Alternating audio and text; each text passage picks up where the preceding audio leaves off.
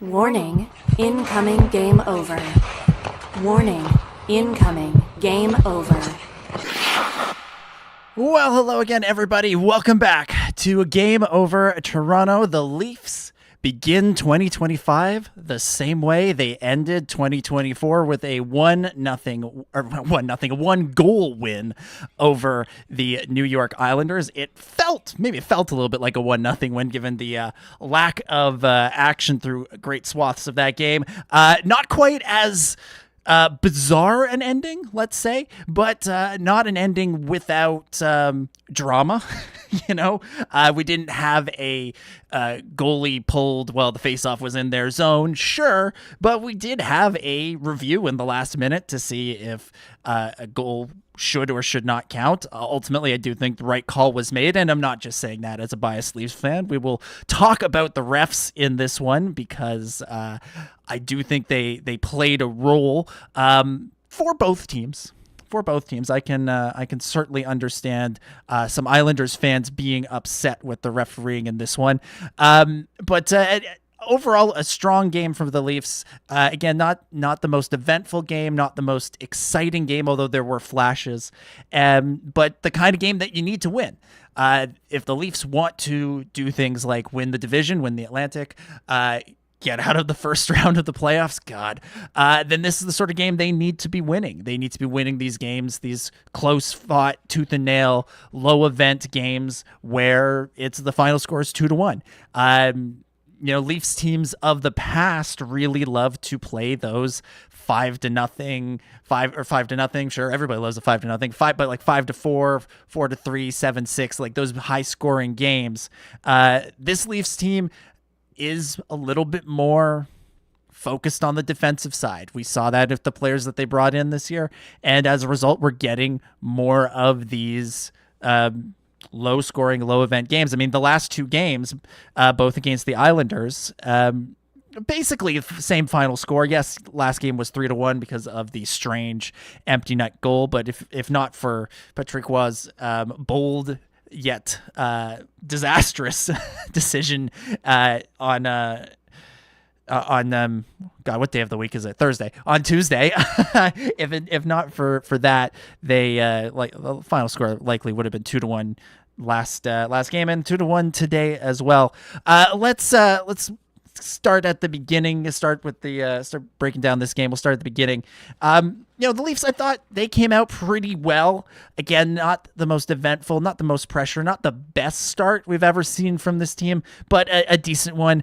The trend that we were seeing before Christmas of them just really playing poorly in the first 10 minutes of the game seems to be fading into the background, seems to be disappearing in the rearview mirror, which is good. I think I'd still like to see more jump from this team off the start, but it's better. It's an improvement. We're not coming out there feeling like, we just have to survive the first few minutes. So get some pressure. The first few minutes of the game, first 5-10 minutes of the game was kind of interesting because it felt like there weren't many shots. It was, sort of 5-4, something like that. But all of the shots felt kind of dangerous. And both Joseph Woll and Ilya Sorokin, I think, are a big part of why this game is just 2-1. They both made some pretty impressive saves. I do think Woll was the better goalie in this one. Not that Sorokin played poorly by any stretch of the imagination, but I feel like Woll was called upon a few more times to make a few more of those sort of key big saves, especially late in the game. But the first few minutes, again, sort of a little bit back and forth, some chances both ways, nothing really coming from it. One kind of interesting moment, Steven Lorentz with a rips one off the crossbar. That looked almost identical to the goal he scored on Tuesday in the last game, which was ultimately the game-winning goal. And I think Steven Lorentz should just shoot like that every game, especially against Ilya Sorokin, because he beat him with that shot twice. Unfortunately, tonight didn't beat the crossbar, but it was kind of an odd echo of Tuesday's game. We get to see the third line has been one of the focal points through December and now into January. Obviously, a huge part of this one was Bobby McMahon, and we get to see that line again still clicking early on in this one. They get a good odd man rush.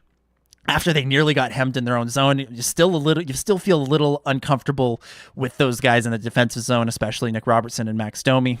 But they are, I think, showing signs of improvement. Still not great in their own zone. Still would like to see better defensive play from them, but they are still delivering fairly consistently on the offensive side of things. And we saw that in this one. They create some opportunities early. Tavares and Pacioretty get some chances. Again, Wool coming up big with big saves against Bo Horvath and Matthew Barzal. And things just kind of going back and forth. Leafs sort of get an edge as the period goes on. I think the final shots wound up somewhere around 11-7 or 12-8. They were kind of bouncing it back and forth. But, a noteworthy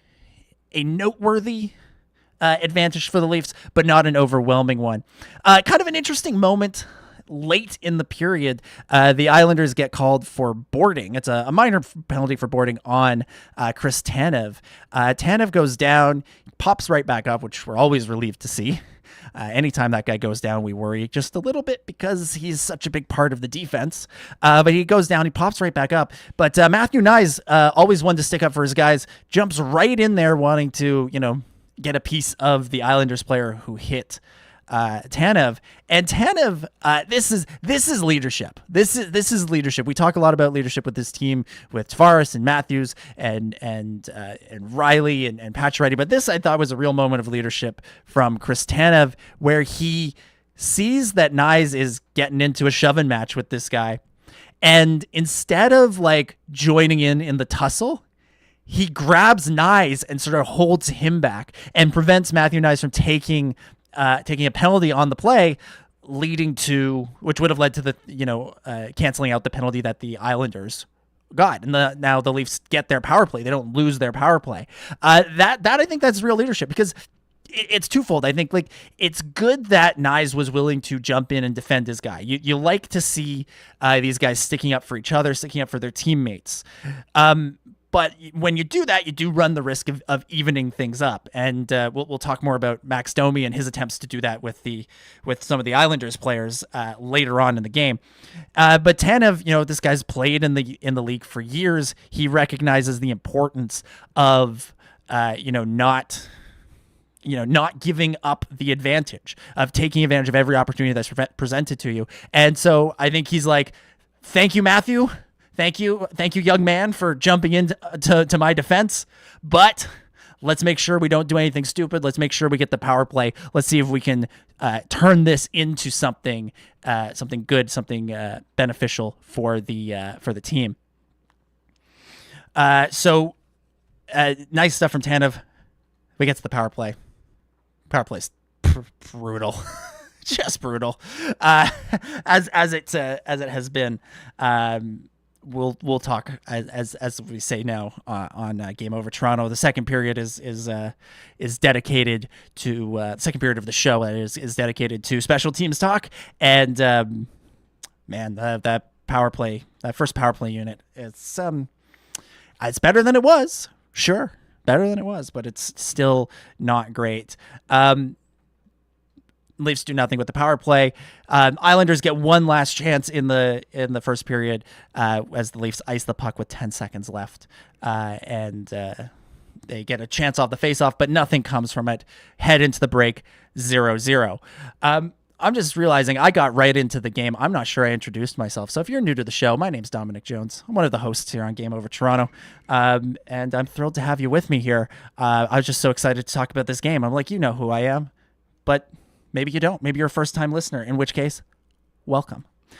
Second period, Leafs come out. They look pretty good off the hop, but very quickly things turn. The Islanders hem the Leafs in their own zone, and a bit of a scary moment. Oliver Ekman-Larsson takes a puck off the knee, blocking the shots. It's not just Chris Tanev that we worry about blocking shots. OEL takes one and he goes down. Like, he's down for a good few seconds, and you're wondering, like, are they going to blow this play dead? Is anything going to come from that? They don't, because they don't usually call these things dead for non-head related injuries. So OEL kind of forces himself back up. He can't put any weight on his foot. He's really just sort of stumbling around in the zone. The Islanders are trying to take advantage of this. They are unable to. And Max Pacioretty, again, showing leadership outside of the traditional captaincy and assistant captaincy. He manages to get a hold of the puck, and he does like just the perfect clear where he gets the puck down the ice enough so that they can get the change, but not enough that it goes for icing. And Simon Benoit steps up, helps his teammate out, helps OEL get to the bench. Some concern there. Ultimately, OEL stayed in the game. He did go to the room later. So something to watch there is how Oliver Ekman-Larsson is doing. Thankfully, though, he returned to the game, stayed in the game, finished this one out. Marner and Nyes get a good chance off a rush, but Ilya Sorokin continues to stand tall until Bobby McMahon opens the scoring, coming off the bench, pass from Nick Robertson, fires it home. 1-0 Leafs. Now, here's where we get into some of the more controversial elements of the game. Robertson was able to gather the puck here and send it to McMahon because the Islanders were basically down a player. A few seconds earlier, Max Domi threw a big reverse hit on Isaiah George and kind of took George out of the play. George didn't just go down, but he had to go to the bench. He didn't look well. He went to the quiet room as part of the concussion protocols. And there was, I think, a feeling amongst the Islanders, and I suspect Islanders fans, that play should have been a penalty. And I can't help but agree. Like, look, I'm happy the Leafs scored. I'm happy McMahon scores on that play. I'm happy the Leafs win. This is the thing with referees. Sometimes they're going to make calls that go your way. Sometimes they're going to make calls that go the other way. This one favored the Leafs. And so, I think Leafs fans, we can celebrate the goal and enjoy the goal. But if I'm being totally honest, if I try and put myself in the shoes of a neutral observer, I'm looking at that play and going, Domi should be heading to the box for elbowing. That looked like an elbow to me. I know on the panel in the broadcast in the intermission, at least with the Leafs broadcast, they were kind of downplaying it, saying it shouldn't have been a penalty, saying that the right call was made. I don't know about that. That doesn't ring true to me. That looked like a borderline play, and I think the referees would have been well within their rights to call a penalty there, and I think Islanders fans are well within their rights to complain about the penalty. Now, again, this is just how these things go. With the officials, they're human beings. They make mistakes. They don't call things when they should. They call things that they never call at other times. I think every team, every fan base has a play in their history where they feel that they got screwed by the refs, that they got jobbed, that the refs did not it did not make the right call. For Leafs fans, we can go back to 93 with Kerry Fraser not calling the high stick, that Wayne Gretzky did on Doug Gilmour in the Western Conference Finals, because that's the division the Leafs were in back then, the conference the Leafs were in. So there, you can go back to that. I'm still bitter about the Tavares goal being called back in Game 7 of the first Tampa series when they called the penalty on Justin Hall for setting the pick, which, is a penalty, sure, but it almost never gets called that way. And it felt, it didn't feel right to have it be called the way it was in that game when it doesn't get called that way the rest of the time. But we're not going to dwell on that. We're not going to dwell on that. I'll also point out that on the game-winning goal, that Jake Muzzin didn't have a stick because the Tampa player ripped it out of his hands and the refs didn't call that. But hey. So all that to say, I get Islanders fans being mad about this because I'm still mad about that. So I would understand that, but it counts. Leafs take the lead 1-0. They apply some decent pressure after the goal, but nothing really comes from that. Domi winds up taking a penalty. He kind of gets drawn in. The Islanders, one of the Islanders players, Fashing, he goes in and lays a big hit on Domi, and Domi retaliates by tripping him. He tries to, he gets an extra shot in on Fashing. Tries to draw some of the other Islanders into the play, into the fray, and maybe start a fight. Ultimately, nothing comes from it. Domi's the only one that goes to the penalty box. Fair enough. Maybe a bit of a makeup call. And, the Islanders, Patrick Waugh calls the ref over and says, hey, he should probably get more than one. And maybe there's an argument for that. But in the end, just one penalty. Islanders go to the power play. Just to show, that reasonable people can disagree on things. In the live chat, Luke Venables, longtime listener of the show, big friend of the show here. It disagrees with me. He says that wasn't an elbow. It was a mid-arm joint to the nose connection event. If you can find that listed in the rule book, I'd love to see it. Until then, no penalty. Hey, like I said, reasonable people can disagree. And obviously the referees and the broadcasters agree with you. All I'm saying is I understand why Islanders would feel frustrated, because on initial blush, I was waiting for the arm to go up and the penalty to be called. But like I said, other people are going to have a different view on it. And hey, that's life. That's the beauty of life, right? We all agree on some things and disagree on other things. And, we find our common ground on being excited about the Leafs winning this game. Power play for the Isles. I mean, a lot's been made about how poorly their special teams have been doing. Woll makes a pretty big save on Bo Horvath after some great passing on the power play by the Isles. I feel like the Islanders' power play is it's just missing some finish right now. They've applied some okay pressure. At times I feel like the Leafs' power play, although statistically better, is looking worse than some of these worse power plays. But nothing comes from it. And nothing comes from it initially, and then things get worse. Things get worse. Kind of just a unlucky moment. Steven Lorentz hops on the ice right as the puck is coming by. He goes to do a line change, pops on the ice for a line change. Puck hits him in the skates. You have to call that. Too many men on the ice, and as a result, the Islanders get a sort of 15-second 5-on-3. The Leafs kill that off very nicely. Max Domi out of the penalty box, jumps back into the play, and him and Marner go up the ice, and they kind of wind up with a bit of a 2-on-1.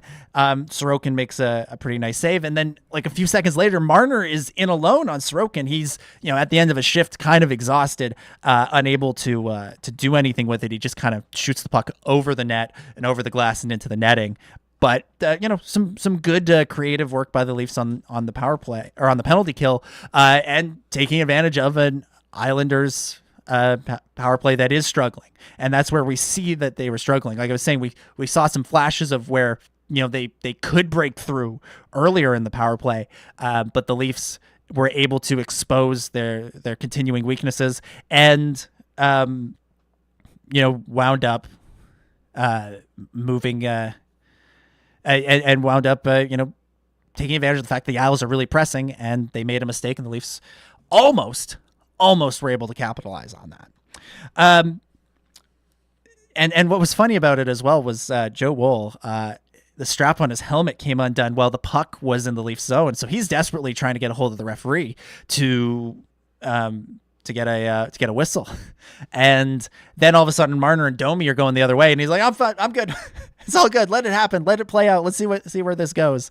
And it wasn't until Marner fired the puck over the top of the glass behind the net that Woll finally went to the bench to get his helmet repaired real quick. But kind of funny, and that's how the game goes. Where one moment you're like, "Get me a whistle! We need one desperately," and then the next day you're like, "No, it's good. It's good." Okay, all depends on how well your team is doing. The Islanders do tie it up. Mayfield scores the tying goal. It's a broken stick on the play. OEL loses a stick. Marner gives him his, but it's the wrong way. So that creates a little added chaos, a little added difficulty for Oliver Ekman-Larsson. The Islanders do make some decent passes, and that leads to Mayfield popping it into the empty net. Wall had been doing just great. He'd made a couple of big saves leading up to this, so it was a shame that they were ultimately able to tie it. But credit where credit is due. They took advantage of a chaotic situation for the Leafs where the players were hemmed in. They were down a stick. Somebody was playing with a stick that was the wrong one. They took advantage of this opportunity and tied it up 1-1. And that would be where they leave things at the end of the second period. Heading into the third, Jake McCabe just has a bit of bad luck early in the third. He kind of toe picks at center, which allows Pierre Engvall, remember him, to get in with kind of a not quite breakaway, but a rush chance on Joe Woll. Woll gets enough of the puck to steer it away, and then McCabe, who was scrambling to get back, crashes into Woll, and the two of them go colliding into the end boards. Never something you really want to see. That's not something you love, but again, it shows the dedication of Jake McCabe that he's not going to let up on those plays, but also just shows sometimes he have a bit of bad luck. That was just bad luck for him. I don't know what was going on that shift. Matthew Nyes gets a decent chance for the Leafs in the slot. Sorokin again is there. McCabe, who kind of the player of the game in multiple respects, he takes a penalty about midway through the period. The Islanders player, he went down a little easy, but it was a trip. It was a genuine trip. But the Islanders power play still unable to really get anything done. There was a moment where Woll went to play the puck behind the net. He misplayed it to Jake McCabe, again, struggling a little bit in this one, and had to sprawl back in front of the net, made two quick saves, bailed himself and his defenseman out. So good stuff from Joe Woll there. Nylander and Nyes go the other way with a 2-on-1. Sorokin stops them. And then with 4 minutes and 41 seconds left, the Islanders take another penalty. Pelech takes a tripping penalty.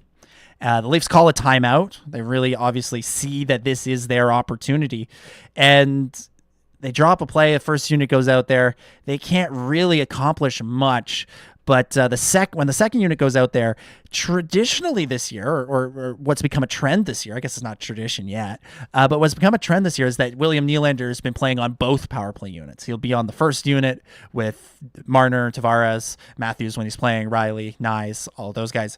And then he'll stick around and go out there with Domi and McMahon and Robertson and OEL and whoever, Pacioretty, whoever else is on the second unit that day. But today it was Mitch Marner. For this one, it was Mitch Marner who stuck around, and it worked. It worked. Bobby McMahon fires one home. A little too much passing. Max Domi made an interesting decision, but it all worked out because Bobby McMahon read the puck, read the rebound off the backboards very well, off the end boards very well, and fired it home for what would become the game-winning goal, power play goal. Leafs go up 2-1. Again, they get some pressure after the goal. They continue to apply pressure. Nylander gets a chance in the slot. We'll talk more about Nylander in a minute and the way he's been playing of late. Islanders do wind up pulling Ilya Sorokin, but they do it in more of a traditional way. There's no funny business from Patrick Roy when it comes to this play. They pull the goalie when you're supposed to, when you usually do, and it nearly works. They apply a lot of pressure. Leafs unable to get out of get the puck out of their own zone, and in an alternate universe, maybe maybe the ref doesn't blow the whistle quite so quickly. Maybe this puck goes in and counts, and it's a 2-2 game, and we're talking about an overtime finish. But Wool does freeze the puck. He does freeze the puck. The ref blows the whistle. Anders Lee swats at Wool's goal stick. He hits the goal stick, which knocks the puck loose, and it trickles in. All of that happened. I think Lee was like winding up with his stick to try and, get it, swat at the puck one more time simultaneously with the ref blowing the whistle. He follows through after the whistle. Puck goes in, comes loose and goes in after the whistle. They review it to see if it was a continuation play, but they very quickly confirm the call on the ice. No goal. Isles continue to press a little bit, but the Leafs hold on, finish it out 2-1. A hard fought game, a game that, it was tight. It was tight. And, again, I don't necessarily disagree with Good Times 92 in the chat saying Leafs did not deserve to win. This was a close one. This was a kind of a nail biter. The Leafs probably should beat the Islanders. They may have, gotten a bit lucky with a fuzzy spot in the rule book when it came to the Domi hit that led to the first McMahon goal. But they found a way to win. And obviously you don't want to win every game this way. You can't win every game this way. But you need to win some games this way. And good teams find ways to win games they don't deserve to. And I think a case can definitely be made that that's what happened here. So the Leafs pull off the victory, take the game 2-1, win back-to-back games against the Islanders. They've played the Islanders a lot lately. The last 3 game overs I've done have been Islanders games. I'm ready to be done with the Islanders. I'm ready for something else. I'm ready for Boston on Saturday, and a rematch of last year's playoff series. But the Leafs take this one 2-1, and we will move into our second period here on Game Over Toronto. We'll of course remind you to make sure you're subscribed to Game Over Toronto on YouTube, as well as your favorite podcast apps. That includes Spotify, Apple Podcasts, wherever you like to listen to podcasts. That way you'll never miss a live stream if you're subscribed on YouTube, or the podcast version that gets released shortly thereafter. And that way, so if you can't listen live, you can listen after the fact on your way to work, on your way to school, while you're at work, while you're at school. Wherever you like to listen, you have that opportunity. You have that option if you subscribe in Apple Podcasts, Spotify, etc. And make sure you're subscribing and following the entire Game Over network at Game Over NHL on Twitter, at Game Over Network on Instagram. We're on Bluesky, on Facebook, all of those fun places. And check out all the other Game Overs for all the other Canadian NHL teams. All right, here in the second period, we'll start with our customary power play talk. I want to start with the last power play, the one where McMahon scored the goal, because I think this one. Admittedly, I'm gonna admit maybe I'm looking for the answer that I want in this final power play. As I'm looking for the solution that I want them to put into practice, which is I think it's time to have 2 more balanced units. I think the loading up the first unit, it just isn't working. It just isn't working. It didn't work last year. It hasn't worked this year. I think it's time to split those guys up. And you see it in the play. Like it's uninspired. It's slow. The passes are bad. They're looking for the perfect pass instead of looking to create some havoc and chaos that they can take advantage of. And I think it's time. Even try breaking them up without Matthews, so that when Matthews comes back, you can continue it. Like don't wait for Austin to come back to do these things. We don't know when Austin will be back, but I think it's time to try it. And I think the fact that they put Marner on that second unit and it worked, I think is a testament to that fact. I think, shaking things up a little bit, because typically it's Nylander who stays out there. Having Marner be the guy who stays out there. I think, one, it takes advantage of the fact that Marner was playing pretty well in this game. He wasn't lighting the world on fire by any other stretch of the imagination, but he was certainly playing better than Nylander. I think you take advantage of that, one, but two, it creates different looks. It creates different opportunities. The second unit there's a lot of talent there, but it is kind of a bunch of guys.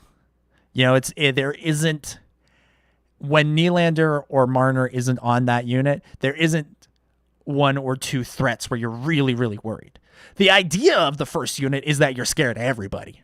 You're scared of Willie, you're scared of Mitch, you're scared of John, you're scared of Austin, you're scared of Matthew Nyes if he's out there, you're scared of Morgan Riley if he's out there, scared of OEL if he's out there. That's the idea of the first unit.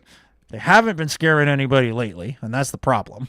But that's the idea of it. The second unit doesn't have someone like that who scares you. And I think if you do, Marner and Tavares on one, and then Willie and Austin on the other, or Nylander and Nyes, or Marner and Nyes and Nylander and Tavares, if we continue to live in this world without Austin Matthews being an active member of this team, I think that just it makes it so that if you can't get it done in the first minute, the second minute doesn't feel like a wash. And the second unit with Marner out there, it actually looked dangerous. The passes were good. They were crisp. They were fast. They were getting to where they were meant to be. Max Domi he owes Bobby McMahon something after this one, because a pass came to him and he had an open net and he did not take the shot. He passed again, which was something earlier in the year we were freaking out about Marner doing. So now here's Domi doing the same thing, and you're like, guys, somebody, as a wise man once said, just fucking shoot it, bro. Somebody shoot the puck. And thankfully that somebody was Bobby McMahon. And look, the play that scored wasn't the perfect play. It wasn't the perfect pass. It wasn't, everything didn't have to go right for it to work. In fact, they were taking advantage of things kind of going wrong. It was a rebound off the end boards. It wasn't even a shot on goal. But McMahon read it properly. He was in position and he took advantage of it. And that, I think, is something that they need to be doing more of with the power play. They need to get out of this funk of looking for the perfect play and the perfect pass. And by and large, the second unit has been better at doing this. And I think an advantage of splitting things into two more balanced units is that you get some of those guys who recognize that their way to score is not the perfect play. It's the chaos. Chaos is a ladder, as Littlefinger once said on Game of Thrones. And Bobby McMahon proved it here. He took advantage of a little bit of chaos, scores the game-winning goal. I think that's what they need. So we'll see if they ever try that. Craig Berube, Mark Savard, Lane Lambert, all those guys, they get paid a lot of money to make decisions about this team. You like to think that means they know what they're doing. I'm inclined to trust them, but from the cheap seats over here, you do kind of wonder. So good to see a power play goal. Good to see a power play goal that wasn't on an empty net, which again was not yesterday, was Tuesday's game. And maybe there's a lesson to be learned in here. I'll touch quickly on Joe Woll. We've already kind of given him his roses in this one, making tons of big saves.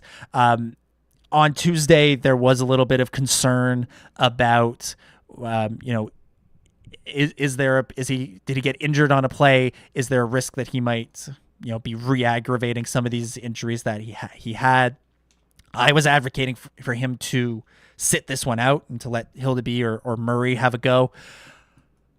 Ultimately, he proved me wrong, and he proved that whatever it was that messed with him for a minute on Tuesday was just that. It was just something that messed with him for just a minute. He comes out there, makes a ton of big saves, ton of, sort of acrobatic saves, not acrobatic, but, athletic saves, the kind that you need from a goalie if you're going to win this sort of game. So Joe Wool, I'm not worried for now.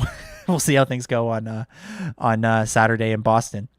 But the other guy I wanted to touch on in the second period here is William Nylander.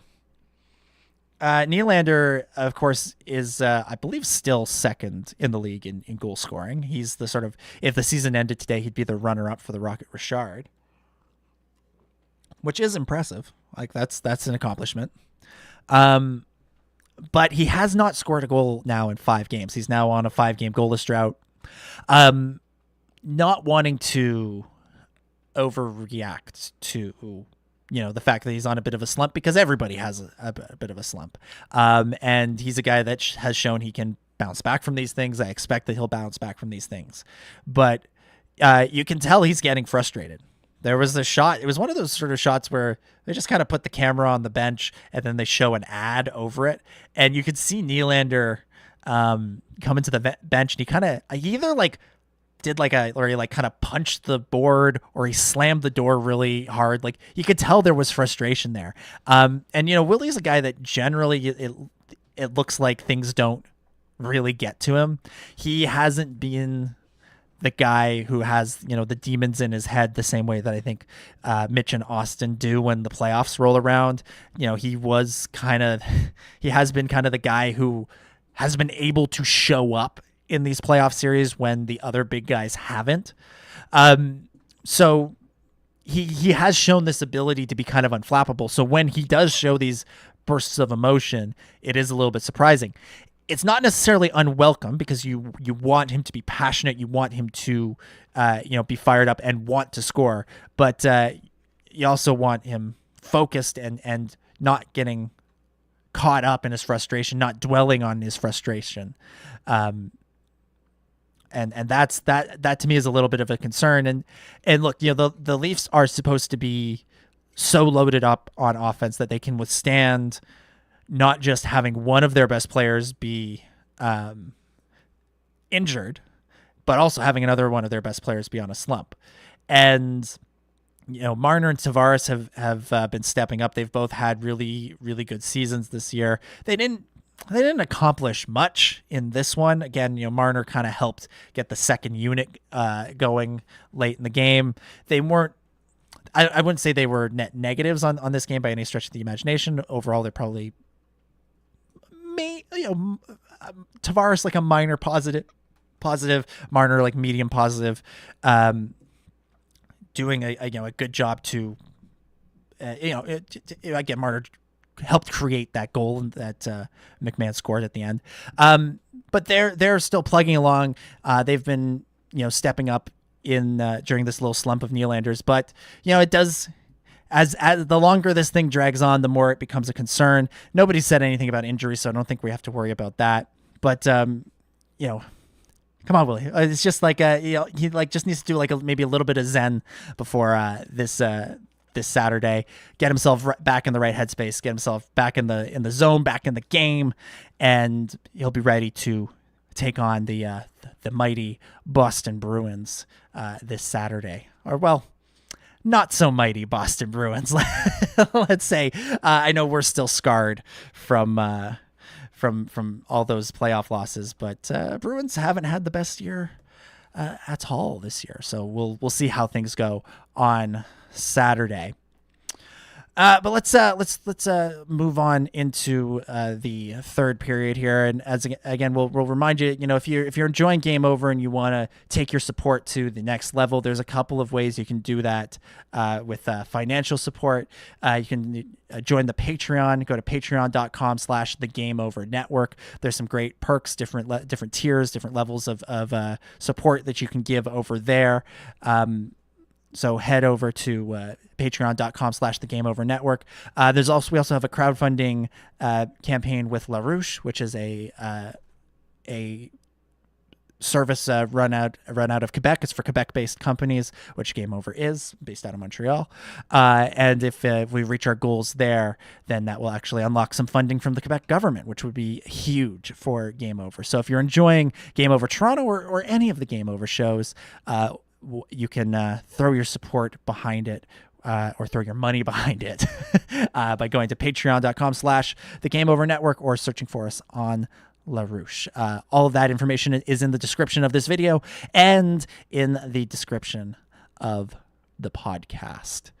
So this is something I like to do every now and again in the season, is talk about kind of the unsung heroes of the Leafs season so far. And I thought one way we could approach it today would be to sort of create a line. So 3 forwards, 2 defensemen of kind of unsung heroes on the Leafs. They did sort of a version of this on the broadcast in the intermission with their what's the word, underappreciated, or most underappreciated Leafs. And I think that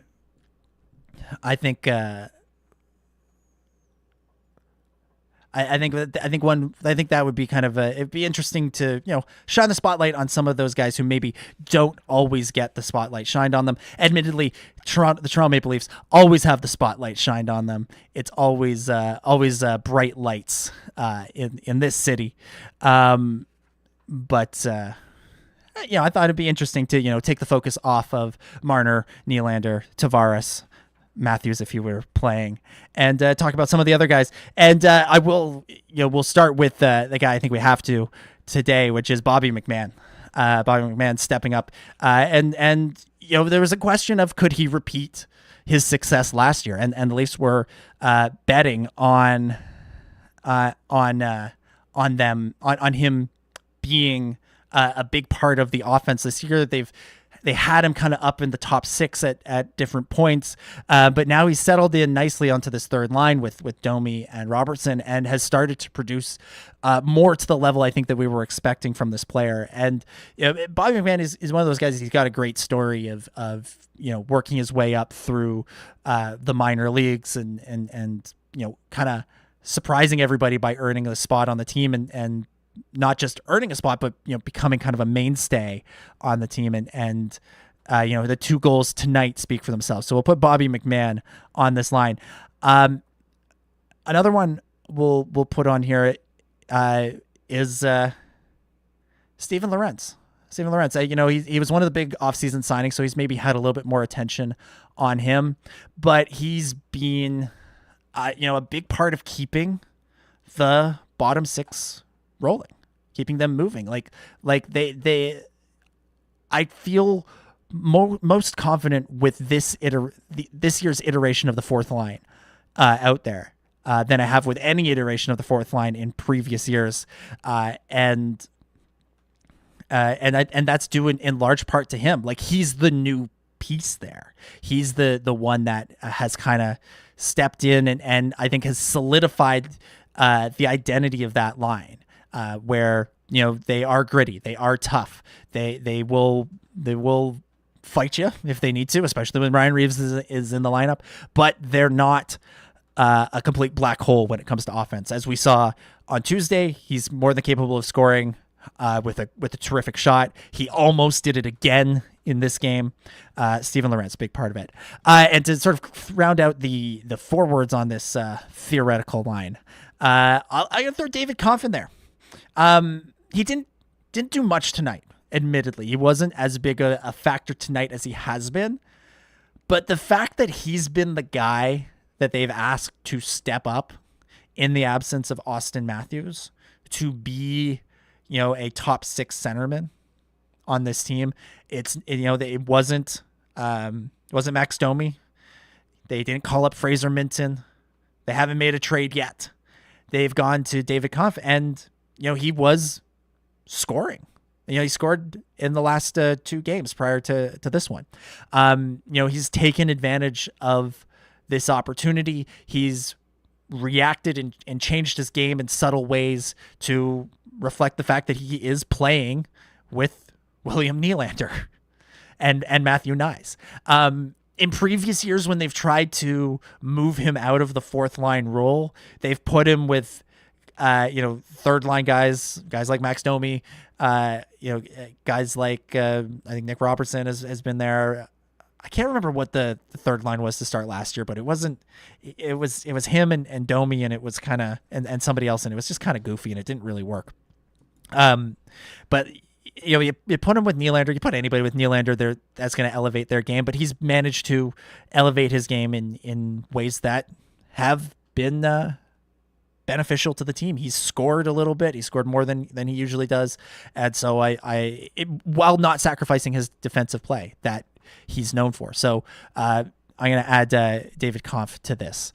On the back end, it's kind of tough. I think Morgan Rielly and Chris Tanev are kind of the all-stars, and you kind of go, okay, those guys are doing their thing. I know Tanev's not an all-star this year or last, but Rielly was, and they're the sort of top commodity, no doubt about it. They're your 1 and 2, even if they don't play as a top pair all the time. They're definitely your 1 and 2.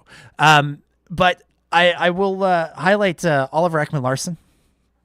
I think again, he was a big name signing. There's been attention to him, but there was some questions about him coming in this year if he could repeat what he did in Florida, and whether or not he's repeated necessarily. That's perhaps up for a little bit of debate. But when he went down tonight, like when it looked like there was a chance he might, have to miss part of this game or worse, I was that concerned me. I was worried. Like that was like, oh, now we are really running the risk of losing somebody who's become an important part of the blue line. So OEL, I think, takes one of the defensive spots. And then I sort of flip-flop on Jake McCabe, whether or not he counts as an unsung hero, because he has been such a big part of this team, but he doesn't get the same attention that Rielly and Tanev get. So again, even though he had some unfortunate moments tonight, he still, I think, has kind of quietly settled into a really strong role. They can play him with different guys. He can play with Tanev. He'll play with Benoit. He'll play with OEL. Like he works his way. He can play with every defense partner they'll throw with him, and you're not worried when he's on the ice. He's been very solid. Again, he had kind of a couple of unfortunate plays in this one where he was falling and crashing, but if we take tonight out of the equation, I think he's been definitely an unsung hero of this team, while all the attention has been on, Chris Tanev and his nonstop blocking of all the shots. To complete all the players on the ice, you'd have to pick an unsung goalie, and both of them have been they've been sung about plenty. So those are 5 unsung heroes for the Leafs this year: David Kampf, Bobby McMann, Steven Lorentz, OEL, and Jake McCabe. Nice mix of returners and new guys, I thought. So lots of talent, lots of good players on this team, and hopefully that translates into something come the spring. All right, we'll move into our overtime period. If you're listening live, you want to throw questions or comments into the chat, fire away. This is your opportunity. We'll, of course, remind you that if you, again, another way to support Game Over is to buy merch. And we've got a whole merch store of T-shirts and hats and hoodies. And there's the main logo. There's the cool goalie design and the skater design. All of that can be found at thegameovernetwork.com. The stuff is terrific. It's good quality. If you were watched the last stream, I held up the T-shirt that I got. I should have prepared to do that again today, but did not. But it's a great T-shirt, and it helps spread the word. Just wearing the merch out there, people see it, they're interested. Maybe they'll ask you about it, and you can tell them, hey, it's cool.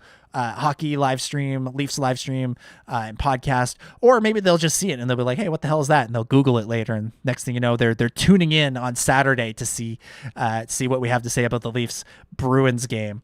But I'll take a look here at the chat. Luke Venables in here saying, I love the wins, but lately they all seem like they're squeaking them out against struggling teams.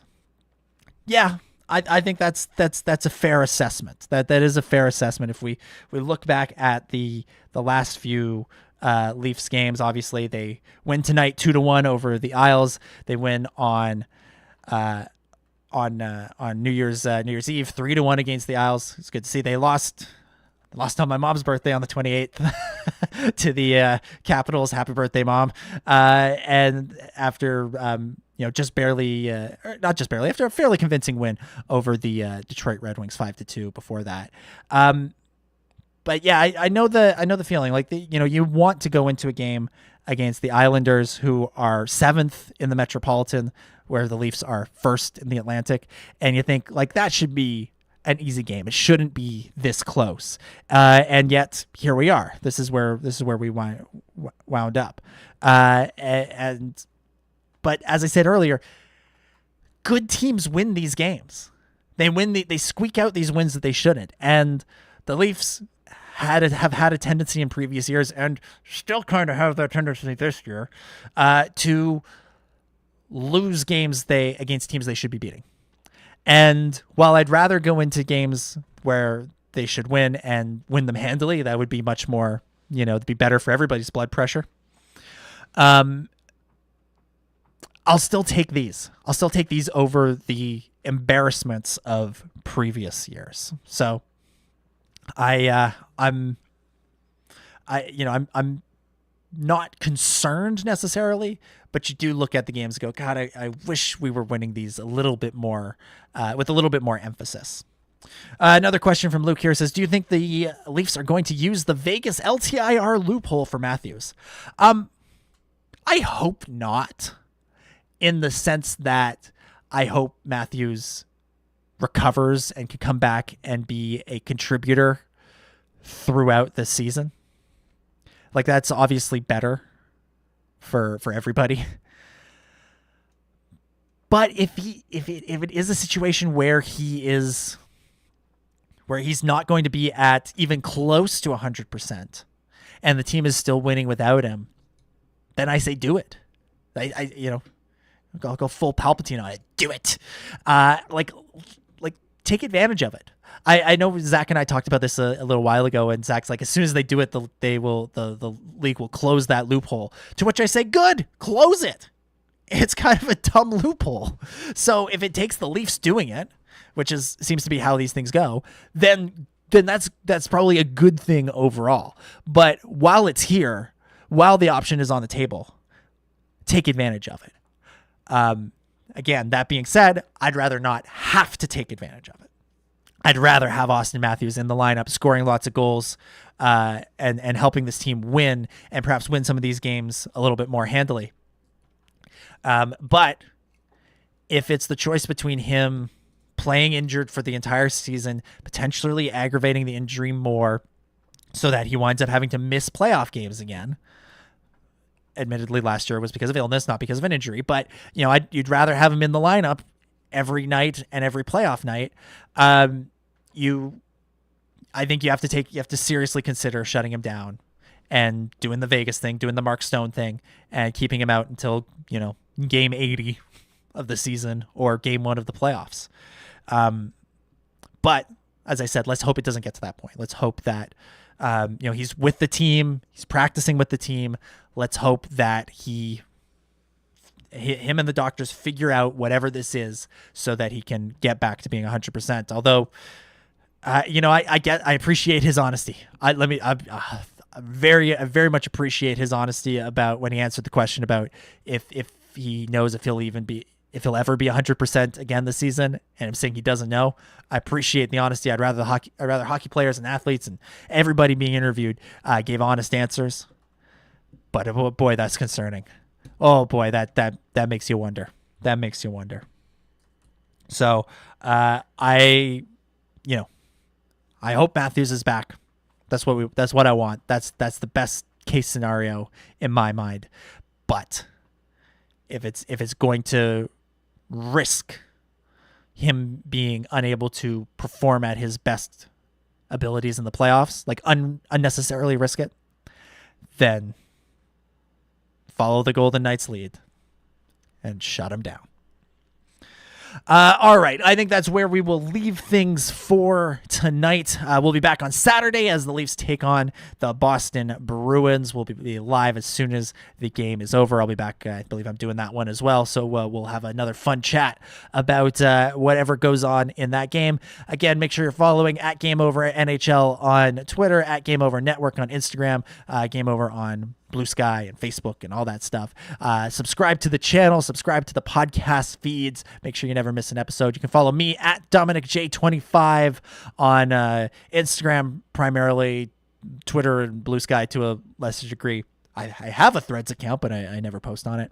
And if you want to talk some Star Wars, you can check out my other podcast, The Star Wars Underworld, which went live without me tonight, talking about Skeleton Crew. But somebody had to be here to talk about this Leafs win, and I'm very happy it was a Leafs win that I missed talking about Skeleton Crew for. So check that out as well. But we will see everybody on Saturday. Hopefully can keep the winning streak that started at the end of last year rolling through this year. And hey, it's been a great start to 2025.